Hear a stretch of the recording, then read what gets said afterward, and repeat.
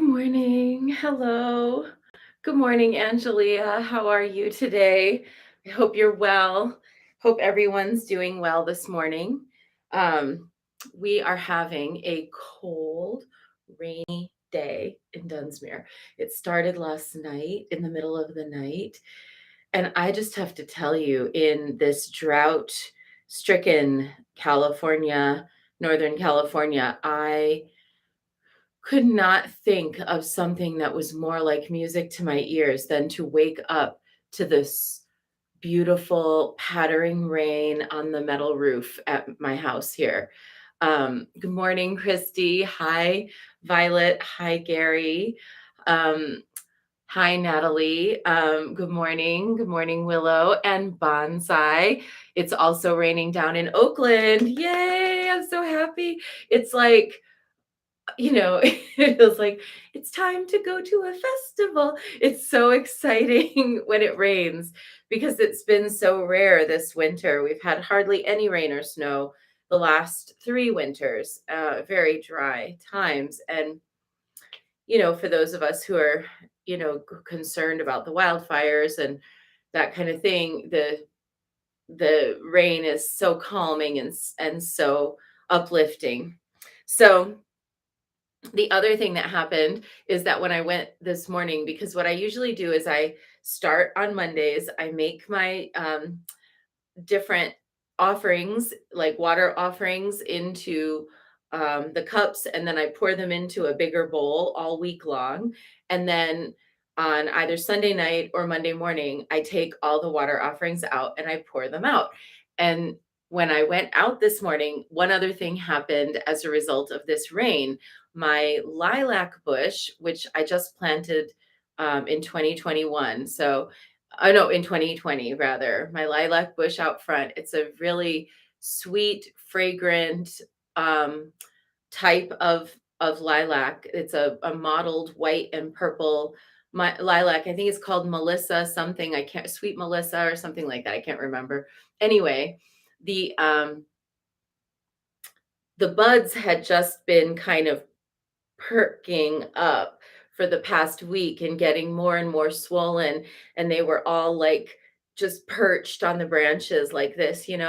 And with the rain this morning, I went outside to make my water offerings and they were like, ah, rain, and all the leaves had unfurled. So I've got a new year's worth of leaves on the baby lilac bush, which will one day be taller than me, and I can't wait. um, and what else happened? That's really the biggest stuff going on here is in my in my little 1,000 feet of space. It is the lilac bush, and also the rose bushes have sprouted leaves as well. But those were all big deals. And Grand Rising says, Aiden Yvette, I am chanting for Taylor Hawkins and his family, friends, and bandmates. Yeah, my husband was telling me about this. He was the drummer for Foo Fighters. I didn't know much about him, but I did see that. Thank you for letting us know, Aiden Yvette. And I will chant today with you for his family and all of the people who love him and are going to miss him. We're also chanting today for Paris. She's in pain. She's in so much pain right now. And we want to lift Paris today, that all goes smoothly with this medical situation. Gin, we need to chant for Gin, who's also having a mysterious medical situation that needs swift resolution and relief. We are chanting for Duffy, the dog, and we're chanting for 2 dogs, Mary Beth's dog and Paris's dog. They're both struggling. So there's certainly no shortage of beings who will benefit from our chanting today. So let's get into it. Let's start our practice.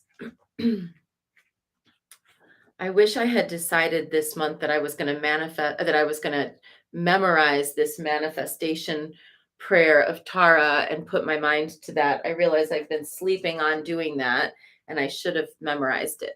But maybe this time next year I'll be able to get it fully memorized.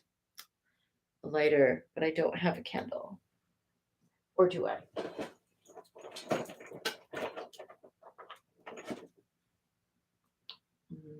Not really, no. I have this one, but it's kind of out. Okay, well, let's try anyway. Maybe this candle has a little more light for us. It was pretty much out the other day, but a little more light.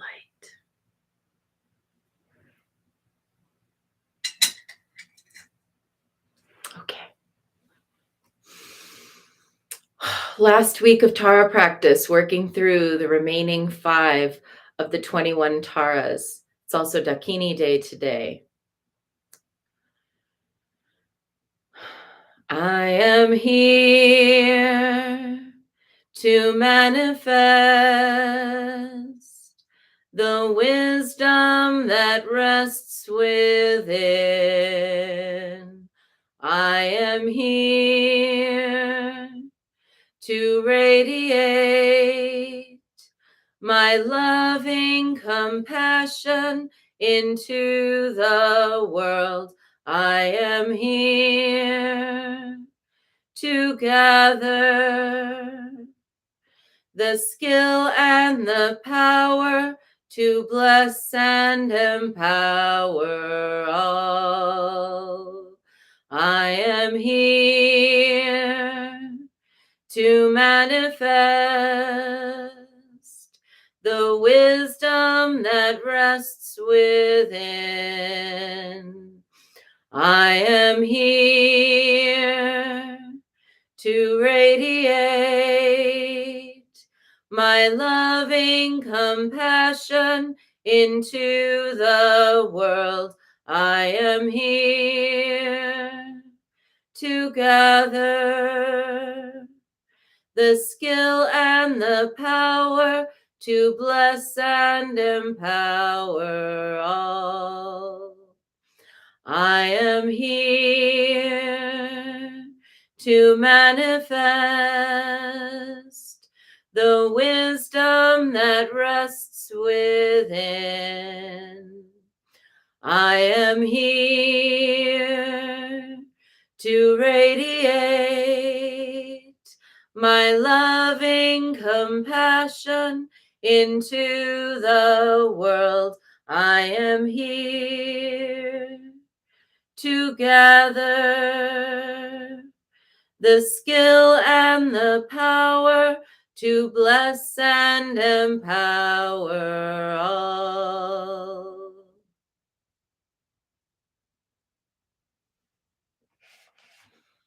The fundamental nature of my mind is pure. Within me is an inexhaustible source of love, wisdom, and power. The purpose of all spiritual practice is to reveal and make contact with this. When ignorance is removed, unlimited wisdom, compassion, and power arise. It is the mind's conditioning that limits understanding of who I am and what I can become. I will cleanse my mind of faults and develop beneficial qualities. This removes obstacles to my path and creates beneficial conditions. Recognizing the interconnectedness of all, I will strive to be my best, to manifest my enlightened potential, ever dedicated to benefiting all beings. I will think, speak, and act as Tara.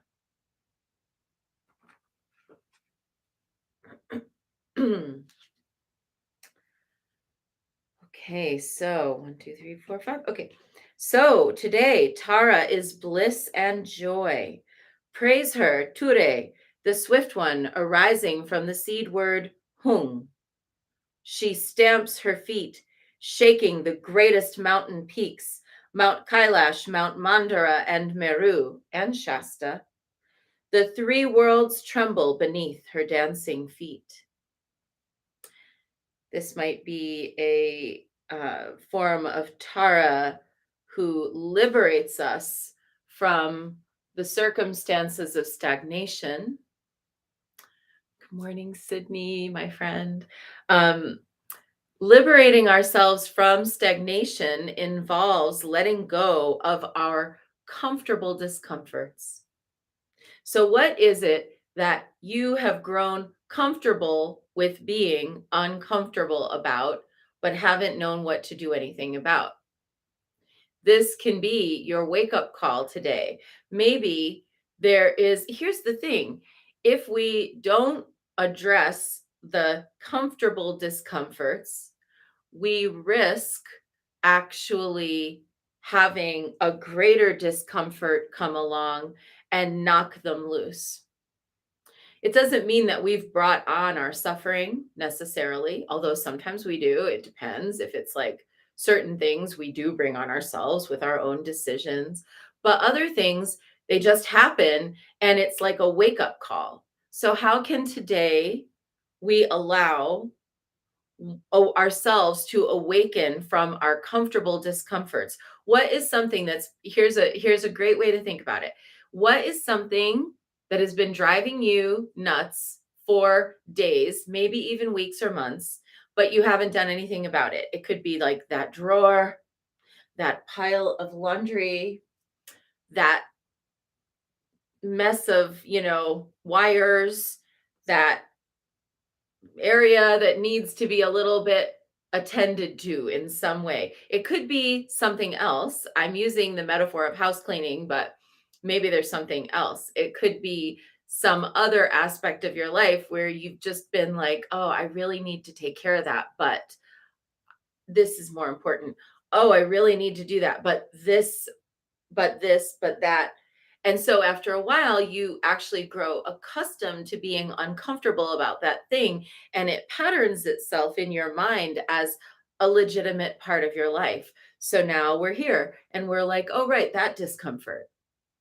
And our brain just like skips over it. We're like, oh, right, it becomes habitual. Brush my teeth, wash my face, think about how I have to do that thing I haven't done, go get ready, so it becomes part and parcel of our day to day lives to experience this discomfort. And after a while, we start to think that that discomfort is normal, that that's natural, that it's just part of things. And it's hard. It's so hard to dislodge that, the comfortable discomfort. It's a habit of discomfort. We get so used to feeling unhappy about something. And here's why it's dangerous.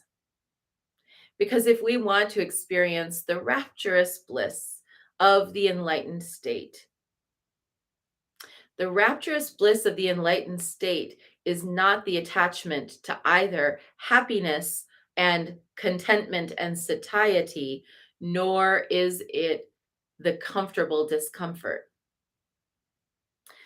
The rapturous bliss of enlightenment is a transcendent state that is at the same time completely encompassing of the immanent. So we start to see everything with our divine awareness. I myself am not enlightened. If I was, I wouldn't be here. But since I'm here, I'm working on it in public with you. We're all working on it together because I believe that at the end of all of this, we will all get to that state as a single assembly. So for me, to address my comfortable discomforts, as well as my attachments, is to help you. And for you to do that is to help me too. We're not alone. We're doing it with and for each other. So today, let's find that one thing. I love this. I went to visit the Shasta Abbey, the Zen Abbey here in Mount Shasta. And a couple of years ago, I went and attended a Dharma talk there. And I went into the bathroom, and one of the things I love about the Shasta Abbey um, is that everywhere you go, there are little signs with Dharma quotes reminding you to be conscious of whatever action you are undertaking. And so it might be like, when we remove our shoes, we walk, with greater gentleness. Like different quotes, and I can't remember all of them, but I remembered what my favorite one was. My favorite one was in the bathroom above the little rack of toothbrushes, because all of the monks and nuns and people living there share one big bathroom and all of their things are in there. So if you're a member of the public and you go use that bathroom, you're going to see everybody's everything. So their little toothbrushes were there, and then there was a sign that was like about how, you know, I will, it was something to the effect of like, I will take the fang of awareness and cut through my unconsciousness. And there's just something about the fang of awareness that made me so happy. To think about something as simple as brushing one's teeth as a dharma activity. So when I brush my teeth, I'm brushing away any words that would poison my speech. I loved it. I thought it was brilliant.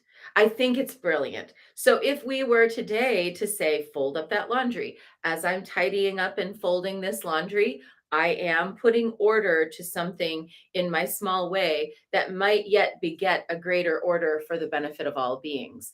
As I'm doing the cleaning out the junk drawer and getting rid of things and tidying up, I am in some way addressing the junk of our collective unconscious. I love this way of thinking. It's not like we have to be careful not to like get weirdly narcissistic about it, to thinking that like if I clean my junk drawer, that puts the universe in order.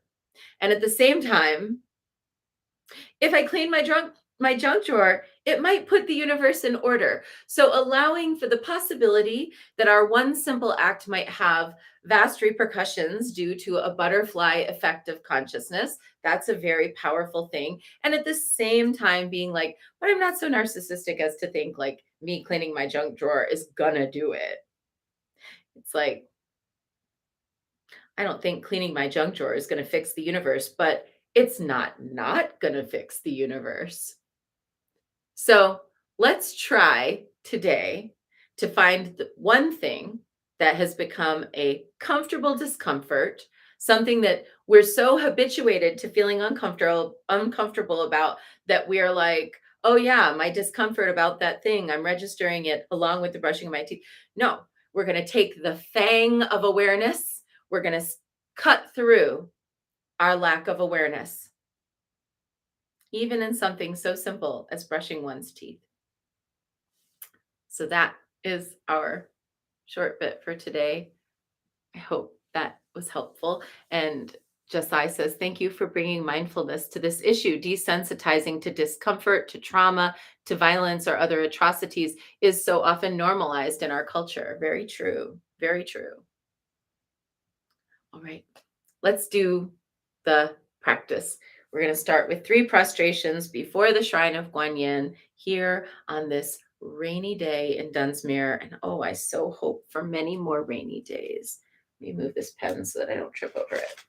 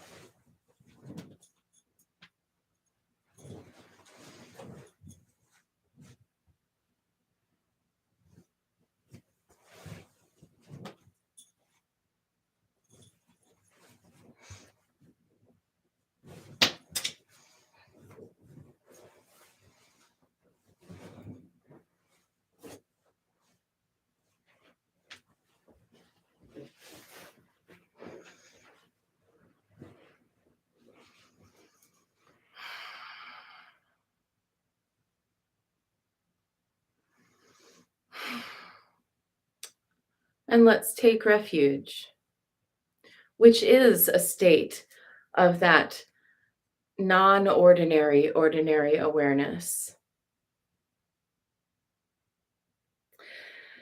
Namo Gurube. I take refuge in the inner teacher. Namo Buddhaye. I take refuge in the great mother of compassion. Namo Dharmaye. I take refuge in the wisdom of the ages. Namo Sanghaye. I take refuge in the community of practitioners. And today, for Mary Beth's dog, Paris's dog, Paris herself, for the Taylor from the Foo Fighters, and for Gin.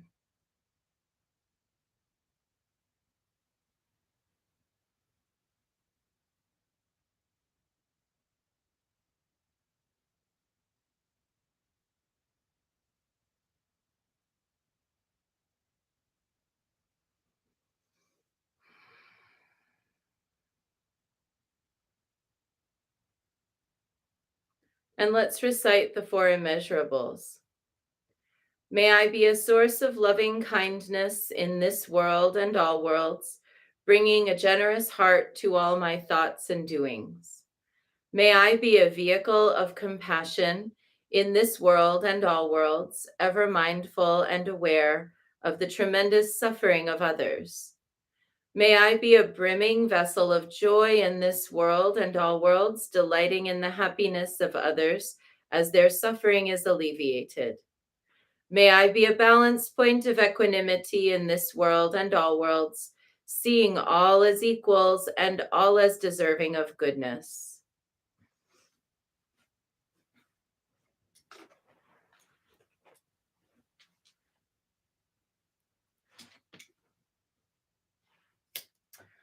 I light this candle as a symbol of the enlightening Dharma way.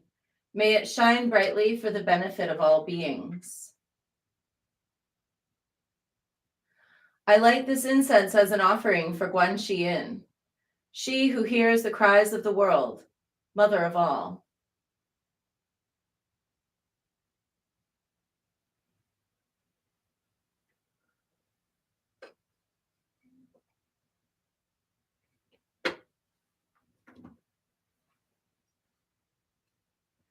Omahum. Omahum. Omahum. Omahum.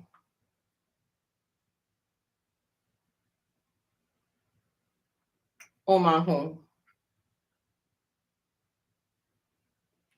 Omahum. Omahum.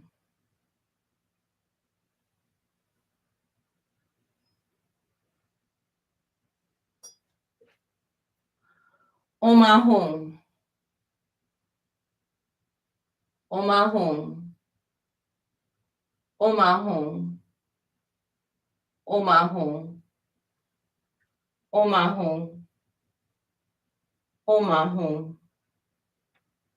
Omahum.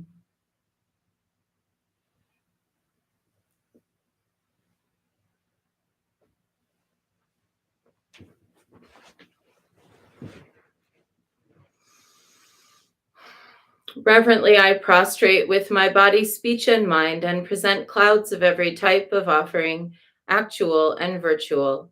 I confess all my destructive actions accumulated since beginningless time, and rejoice in the meditation of all holy and ordinary beings. Please, Guanyin, remain until the end of samsaric existence, and turn the wheel of Dharma for sentient beings. I dedicate my own merits and those of others to the great enlightenment. 108 recitations of Namo Guanyin Pusa, calling out to Guanyin and asking her for a divination. I didn't draw a card today. Let's hear it. Let's have one. And then we'll chant.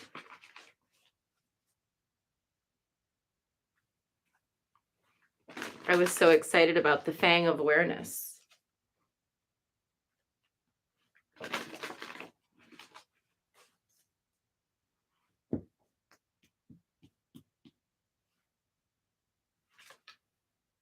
The infant Ganesh, remover of obstacles. Call on Ganesh to remove obstacles in your life. I'm so glad we drew a card. Good morning. Good morning.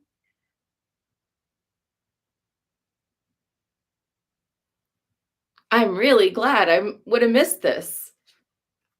All right, let's have a look. Infant Ganesh. It's the first card in the deck. What a great position.